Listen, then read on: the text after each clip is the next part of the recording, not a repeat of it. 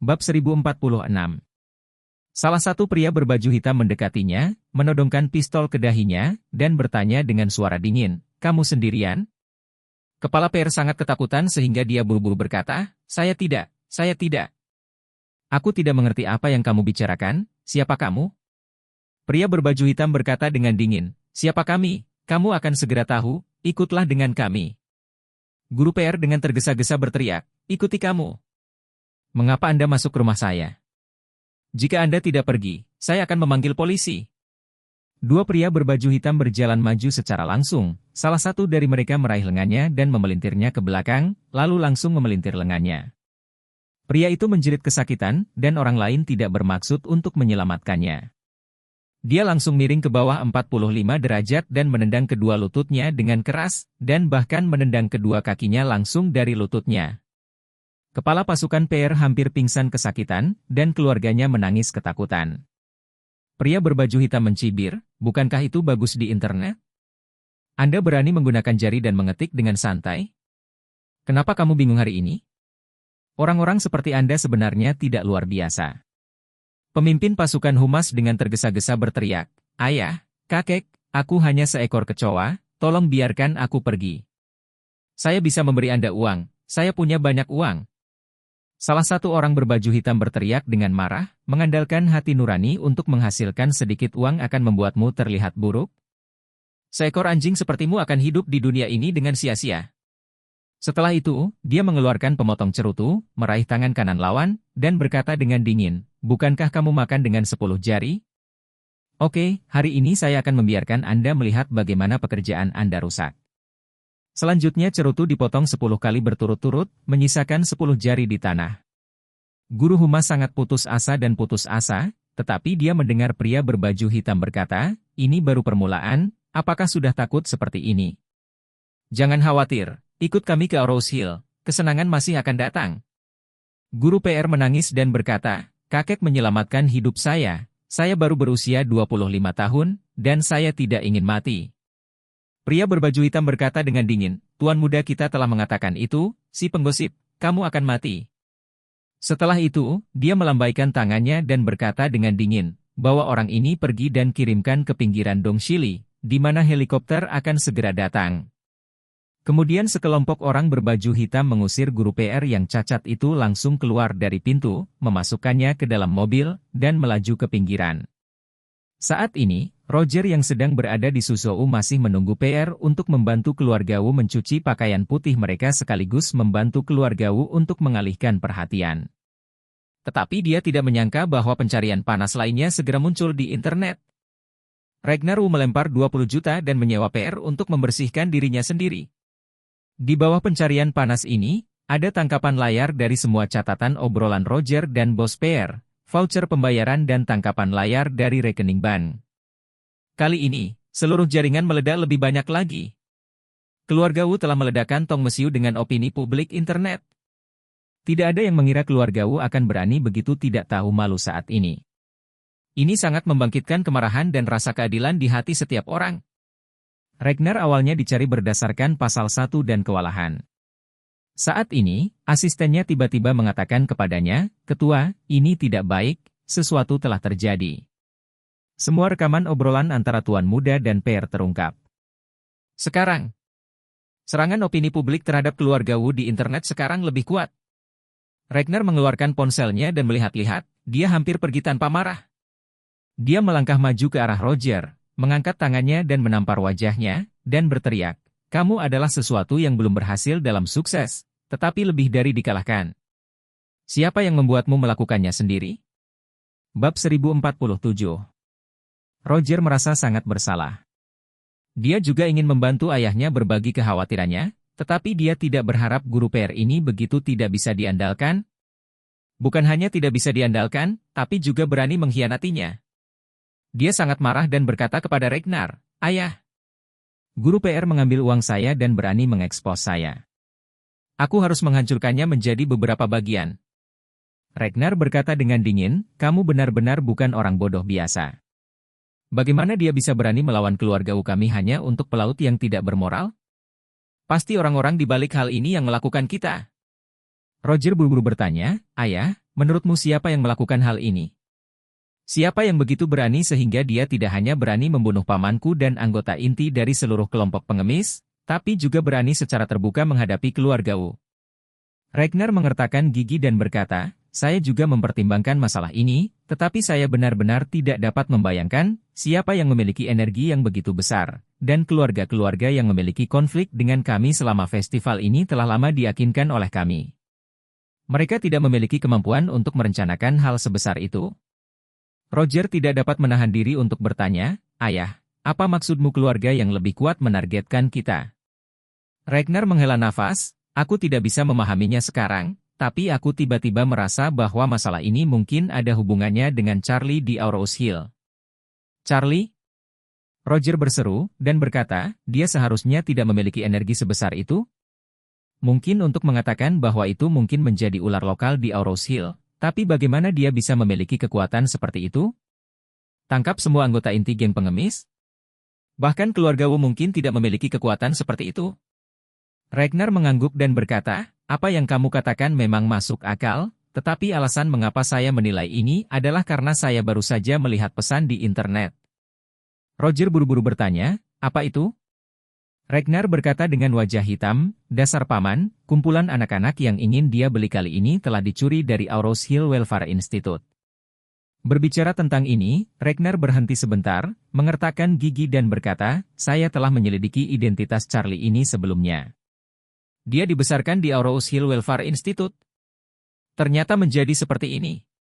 Roger berseru, dan berkata, jika Anda mengatakan itu, anak-anak yang dicuri kali ini bisa dianggap sebagai adik Charlie. Baik. Ragnar berkata, itu sebabnya saya berspekulasi bahwa masalah ini tidak dapat dipisahkan dari Charlie.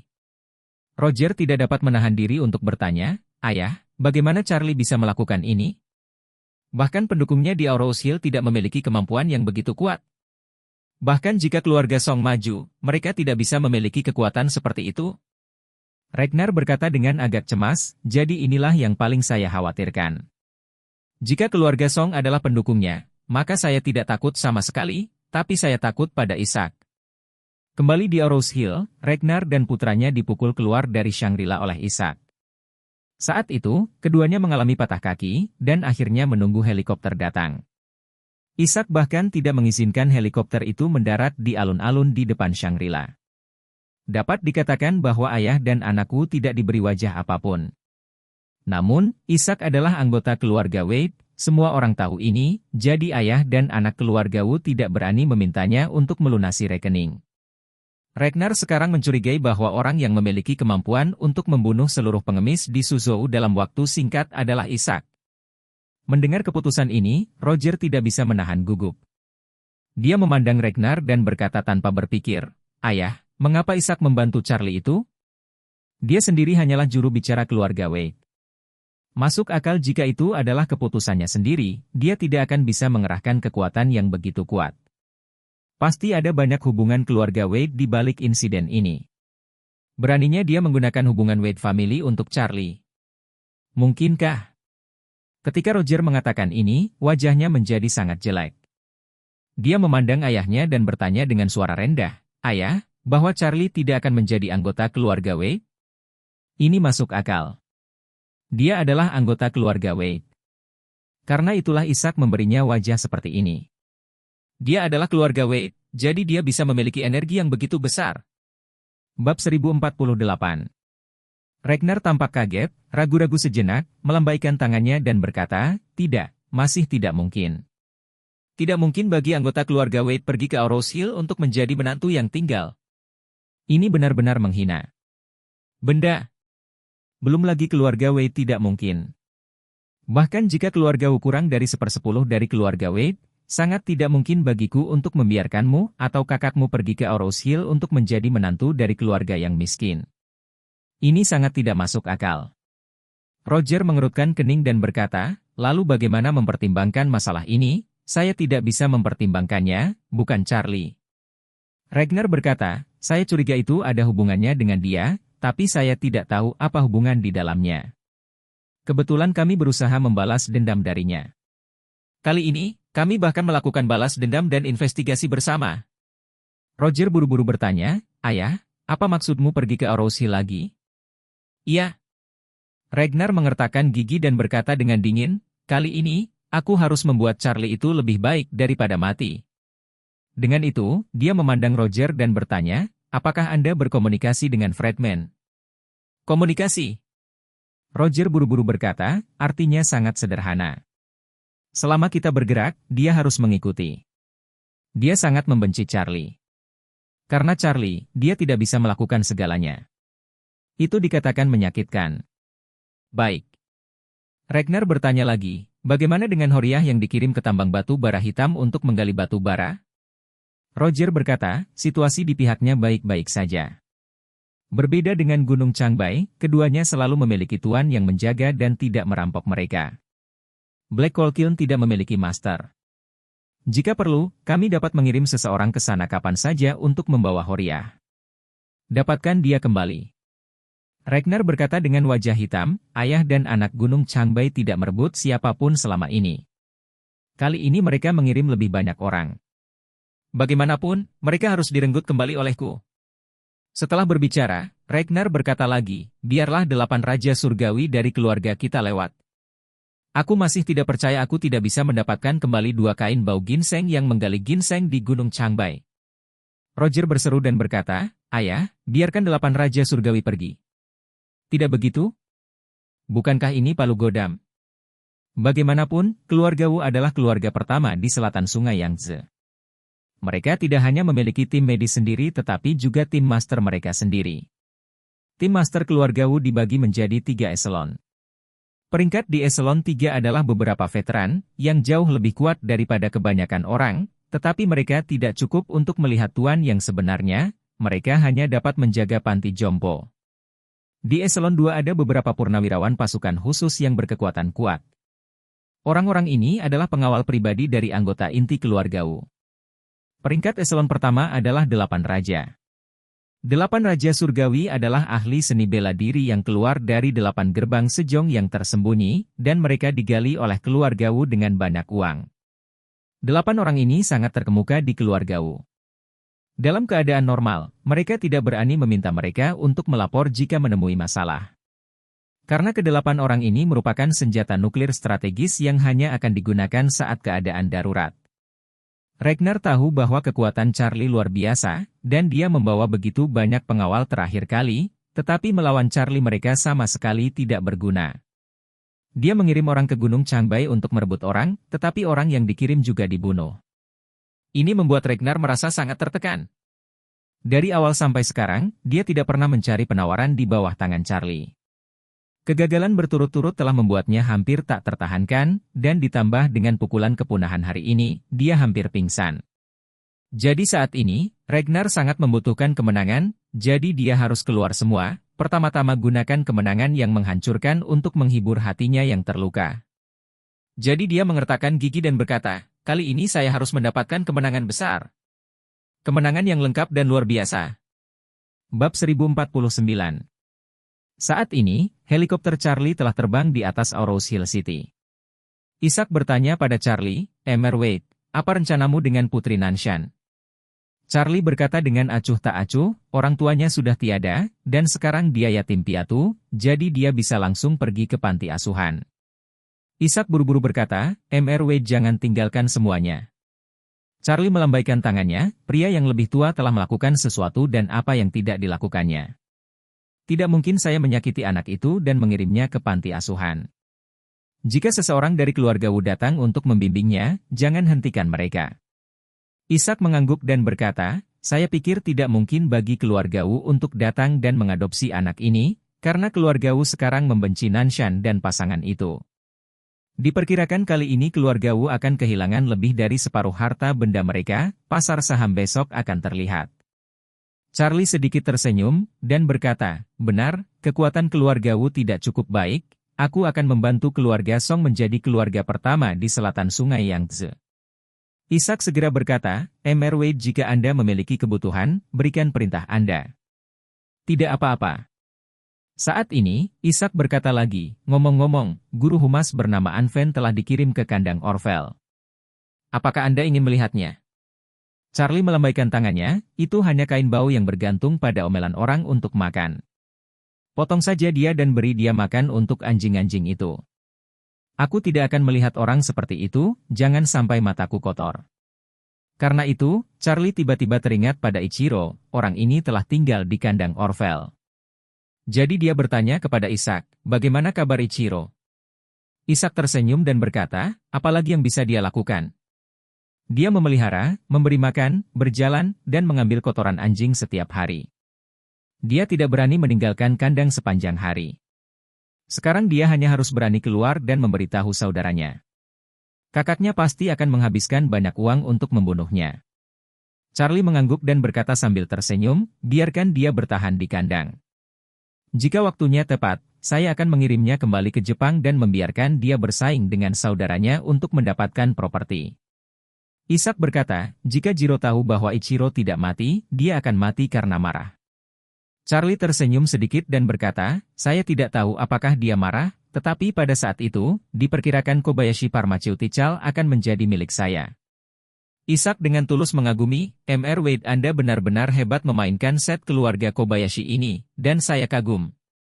Charlie tersenyum dan berkata, ini tidak terlalu bagus, ini terutama karena itu hanya memanfaatkan keserakahan keluarga Kobayashi, jadi orang ini paling tidak serakah.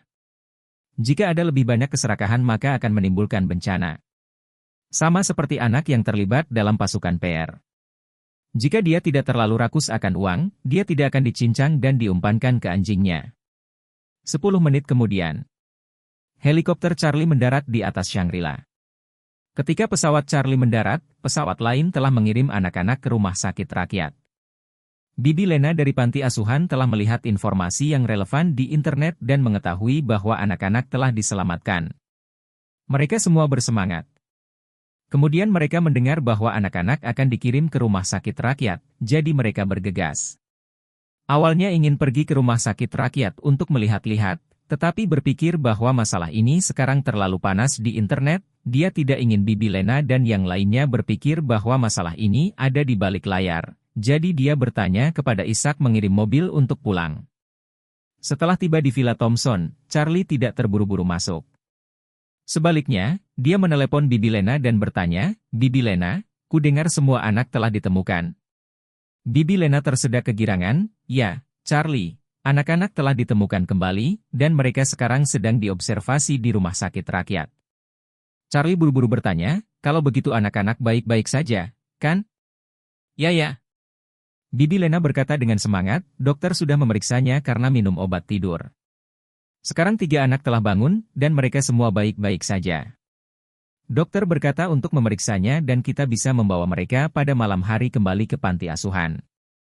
Bab 1050. Saat berbicara, Bibi Lena bertanya dengan suara rendah, Charlie, apakah kamu membuat video itu di internet? Apakah Anda menemukan anak-anak? Charlie tersenyum dan berkata, Bibi Lena, kamu terlalu meremehkanku, bagaimana aku bisa memiliki kemampuan yang begitu hebat? Bibi Lena terdiam beberapa saat, menghela napas, dan berkata, saya menonton videonya, Jiang Ming sepertinya sudah mati. Saya benar-benar tidak menyangka anak ini akan sampai sejauh ini. Charlie juga menghela nafas, aku juga menonton videonya, Jiang Ming sendiri mengambil jalan yang salah, Bibi Lena, jangan terlalu sedih. Saya tahu, Bibi Lena berkata dengan sedih, saya pikir saya pasti akan berjalan di depan setiap anak Anda. Saya masih berpikir bahwa di masa depan, ketika saya tua dan meninggal, Anda akan berada di sana. Pada upacara peringatan saya, beri saya bunga. Berbicara tentang ini, Bibi Lena berbisik pelan, saya benar-benar tidak menyangka bahwa seorang anak akan mati di depan saya saat ini, Jiang Ming, anak ini, terlalu menyebalkan, tapi sayang sekali. Ya. Charlie berkata, Bibi Lena, jangan terlalu memikirkannya. Saya percaya bahwa insiden Jiang Ming akan membuat banyak orang waspada. Kematiannya dapat menyebabkan lebih banyak orang memperbaiki kejahatan mereka. Masyarakat telah melakukan hal yang baik. Bibi Lena berkata, kamu benar, Charlie, Bibi tidak akan memberitahumu untuk saat ini. Saya harus menjaga anak-anak yang bangun. Lain hari, jangan lupa datang ke panti asuhan. Oke, Bibi Lena. Charlie menutup telepon, mendesah, dan masuk ke dalam rumah. Saat ini, Zhao Zuo, yang sangat suka memanfaatkan, baru saja keluar dari pos. Persyaratan kerja pabrik mereka sangat ketat, dan dilarang keras membawa telepon genggam selama jam kerja, jadi dia tidak tahu apa yang terjadi hari ini dan banyaknya umpan berita di internet. Setelah dia selesai bekerja, dia mengganti pakaiannya di ruang ganti, mengeluarkan ponselnya, melihat ke bawah dan menemukan bahwa ada banyak pengingat WeChat.